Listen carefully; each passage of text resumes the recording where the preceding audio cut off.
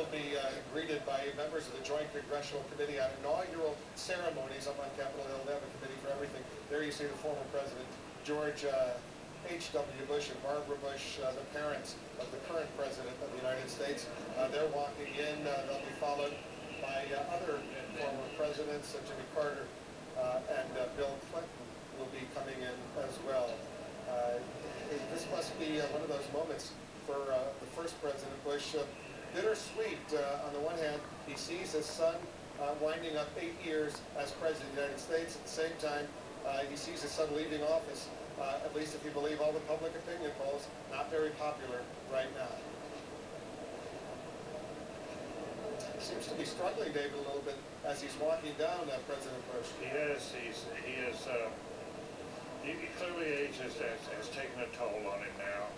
But I must say, this is a man who is, he may be bittersweet, but he's also profoundly grateful. And there's Jimmy Carter, Rosalind Carter, the former president, former first lady.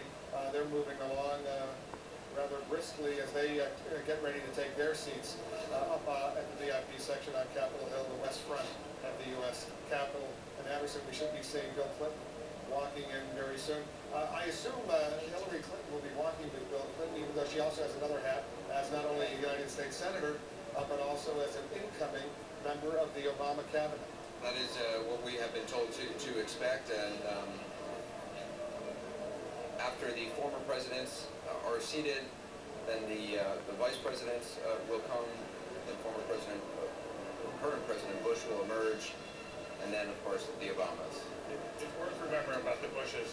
3 generations of Bushes in a row have sat on that platform for presidential inaugurations. That's a remarkable story. And that was one of the reasons Barack Obama gave for his election. He said it's enough of the Bushes and the Clintons. Power passes, as it should. And that's another thing, which is the passing of a torch in so many ways. What we haven't talked about is the generation, the post-baby boomer generation, really feeling that Barack Obama is their president. Bill Clinton and Hillary Clinton, they're walking out right now. She's going to become the Secretary of State of the United States. She would have liked, Anderson, as you know, and all of our viewers know, to become the President of the United States. That's not happening, at least not now, but she is going to be the Secretary of State. There may be a few Republicans who vote not to confirm her, but she should sail through. She sailed through 15-1, her confirmation process before the Senate Foreign Relations Committee. Only Louisiana Republican Senator David Vitter voting against her. She might get a few more votes against her in the full Senate, but not very many.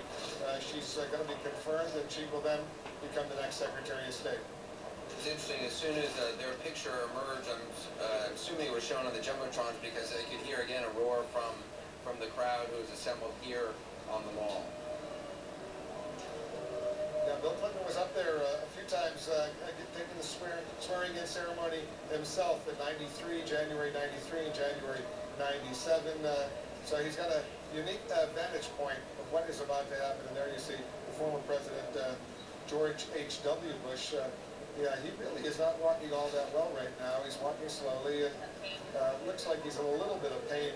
I don't know what the problem is, but we saw him recently do some TV interviews, including one together with his son. He seemed to be pretty lively, pretty chipper and all that.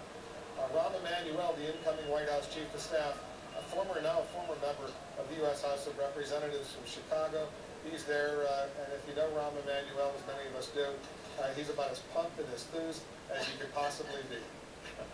He's a very, very lively guy, and he's a very, very ardent political animal. Has been like that ever since he was a student in college.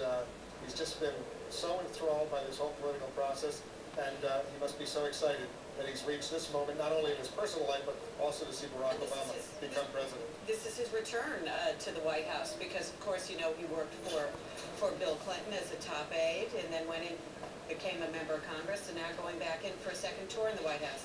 You know what that's like, David. Yeah, Bill Clinton once told me he never would have become president without Rahm Emanuel because he did such a marvelous job raising money for him. And now here he is with his second president. Yeah, it seems so quaint if you look back to the '92 campaign. At that time, I think Bill Clinton raised about $50 or $60 million to become president of the United States. Nowadays, that would seem like, you know, a week's worth of online donations or whatever. This very inauguration